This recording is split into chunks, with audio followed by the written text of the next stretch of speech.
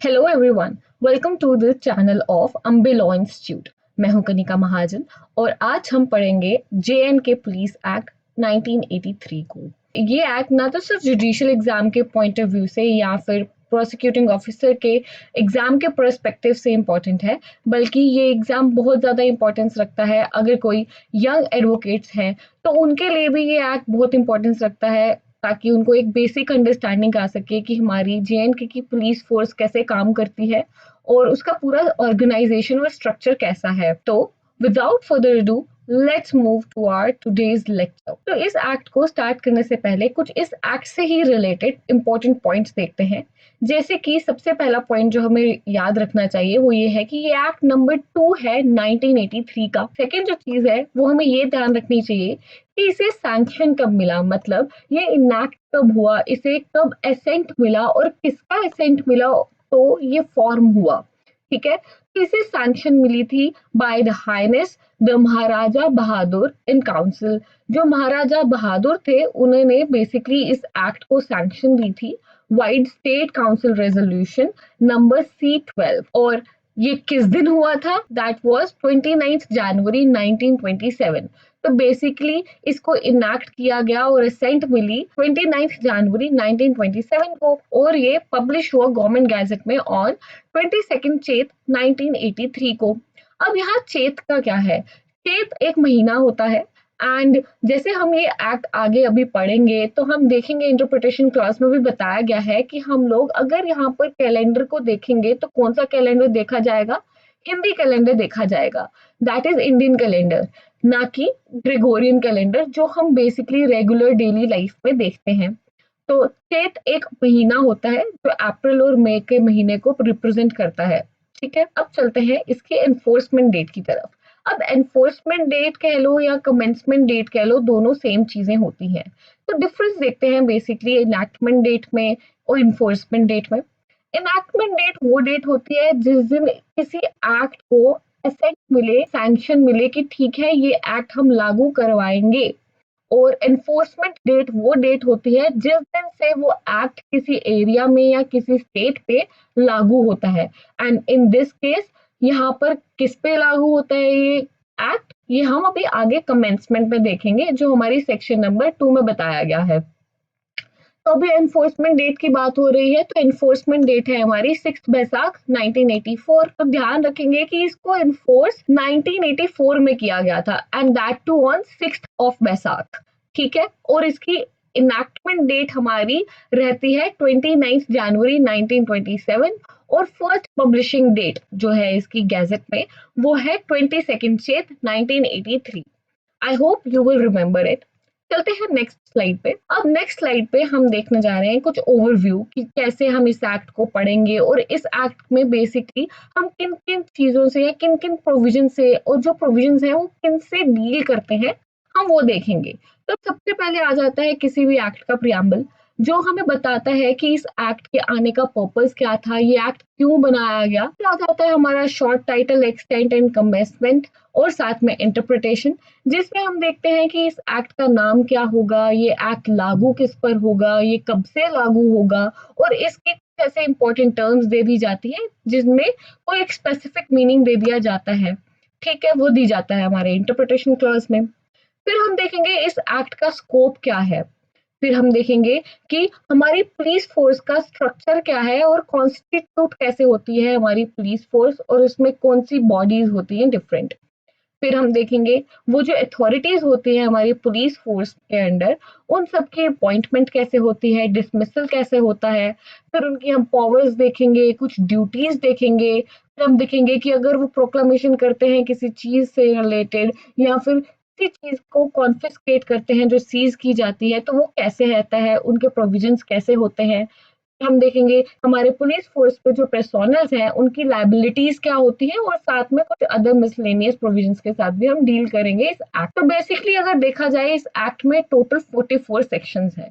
तो वही 44 जो सेक्शंस हैं वो इन हेडिंग्स के अंडर ही बेसिकली डिवाइडेड है, इन्हीं हेडिंग्स के साथ डील करेंगी। चलते हैं आगे। अब आ जाता है हमारे पास प्रियम्बल, जिसमें हम मेन पर्पस देखेंगे कि इस एक्ट को बेसिकली बनाया क्यों गया और इस एक्ट को इन्फोर्स क्यों किया गया। सबसे पहले ये बोलते हैं whereas it is expedient to reorganise the police.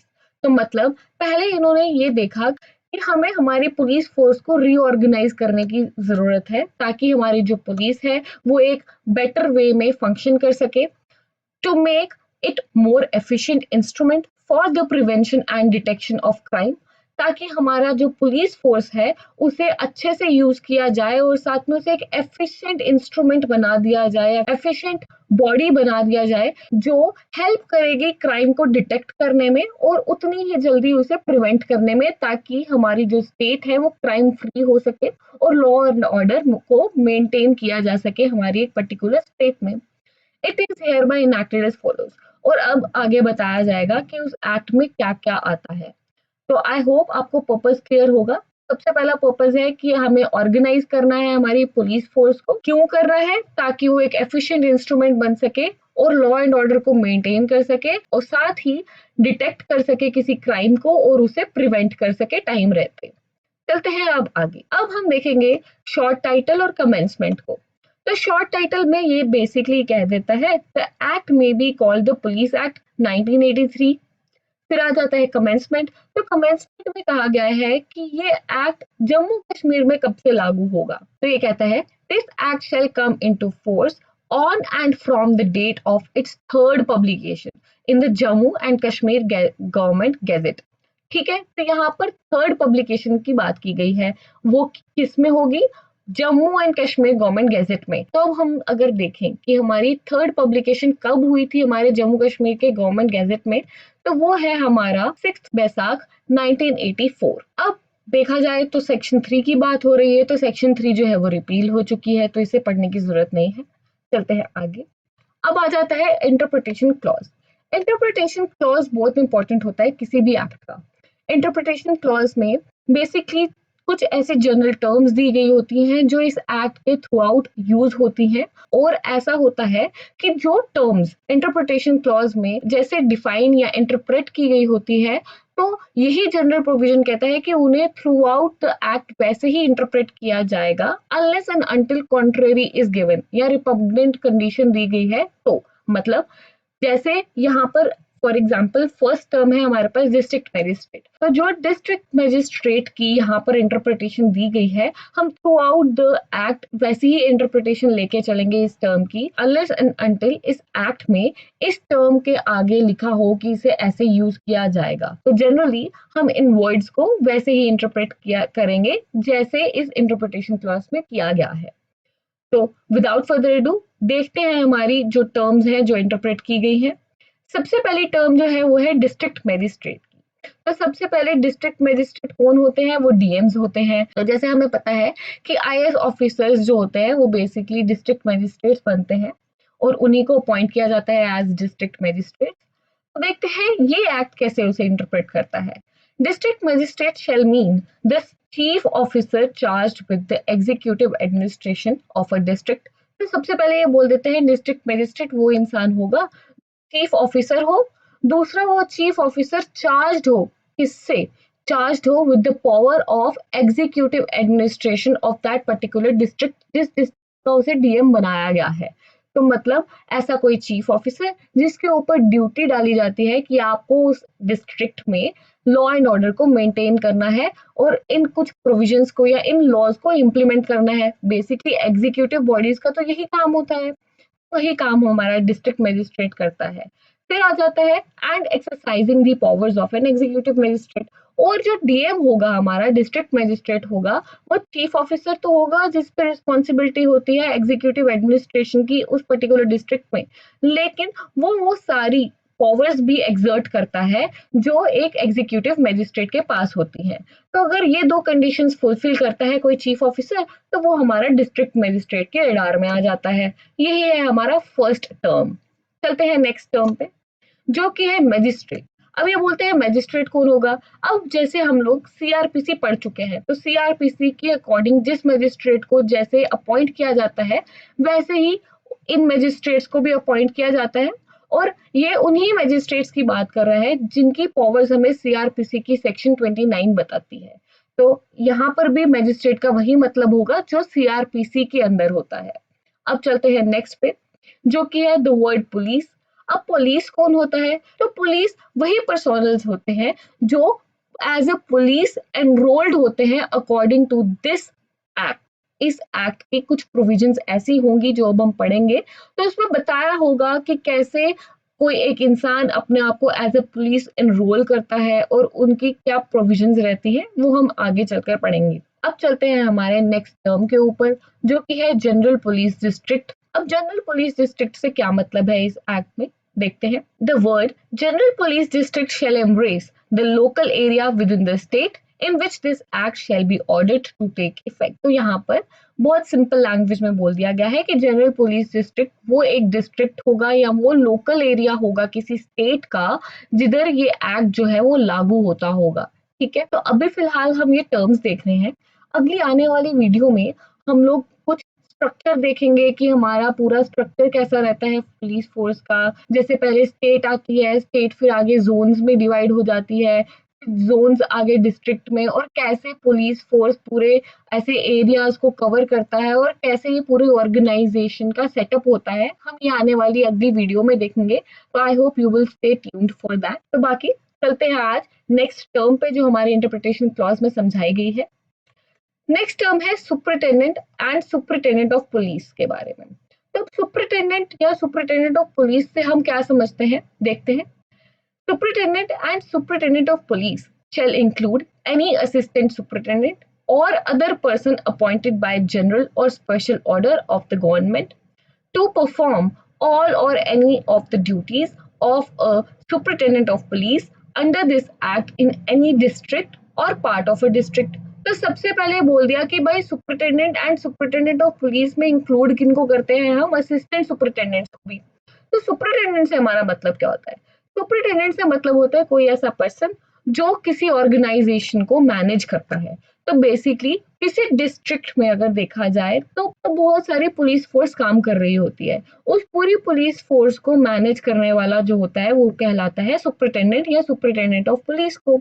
उसे अपॉइंट कौन करता है? वो करती है हमारी गवर्नमेंट। और साथ में उसके ऊपर एक ड्यूटी होती है कि वो सारी ड्यूटीज जो सुपरिटेंडेंट ऑफ पुलिस की होती है, जो मैनेजमेंट की होती है, वो सारी ड्यूटीज उसे परफॉर्म करनी होती है। और वो ड्यूटीज हम इस पूरे एक्ट में बहुत डिटेल्ड फॉर्मेट में पढ़ने वाले हैं। जस्ट अभी के लिए आप इतना याद रखें कि superintendent and superintendent of police में असिस्टेंट सुपरिटेंडेंट्स को भी इंक्लूड किया गया है। दूसरा, इनको अपॉइंट करने वाली गवर्नमेंट होती है बाय जनरल और स्पेशल ऑर्डर। और तीसरी बात हमें जो याद रखनी है वो ये कि इनके ऊपर एक ड्यूटी होती है कि वो अपने सुपरिटेंडेंट ऑफ पुलिस की सारी पावर्स को एक्सरसाइज करे, परफॉर्म देयर फंक्शंस। ठीक है, इन पर्टिकुलर डिस्ट्रिक्ट। चलते हैं अब आगे। आगे आ जाता है word property.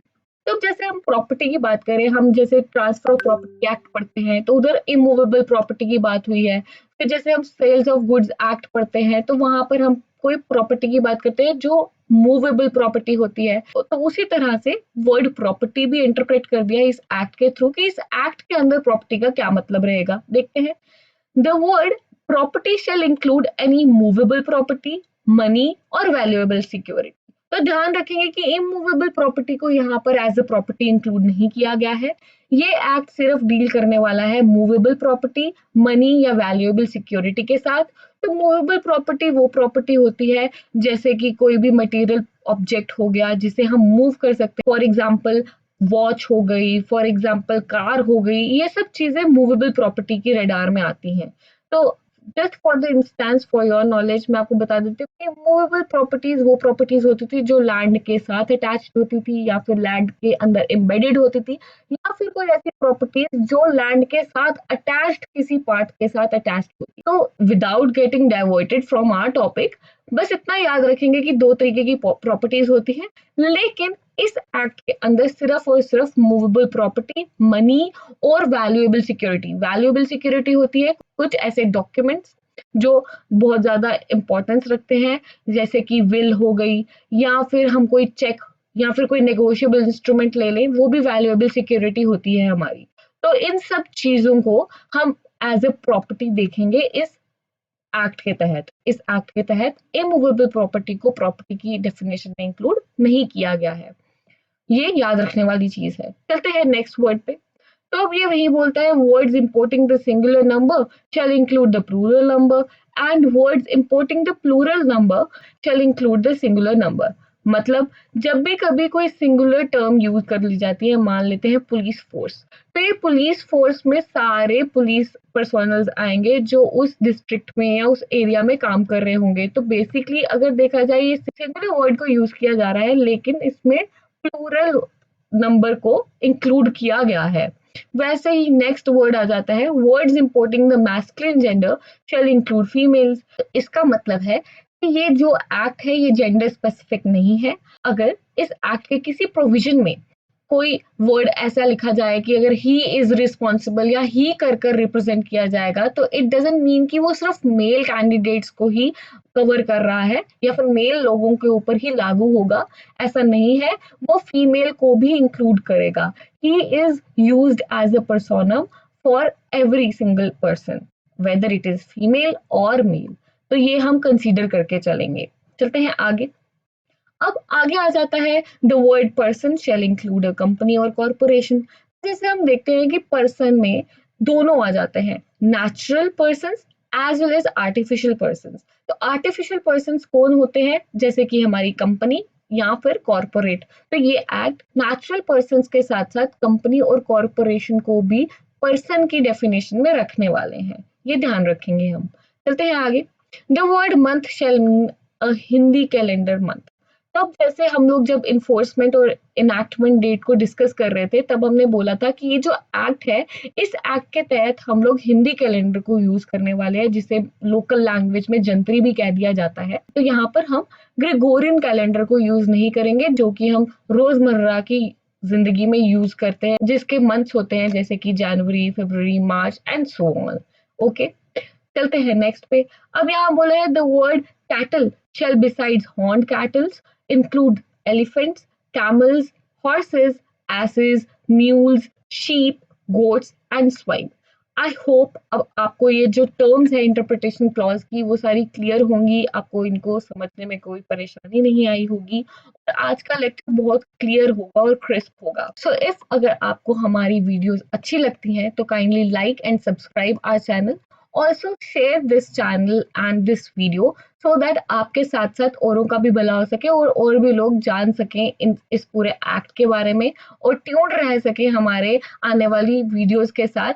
And we will try to cover all the acts that are coming in prosecuting officers exam, जिसकी नोटिफिकेशन हाल ही में रिलीज हुई है। So तब तक के लिए take care and keep preparing।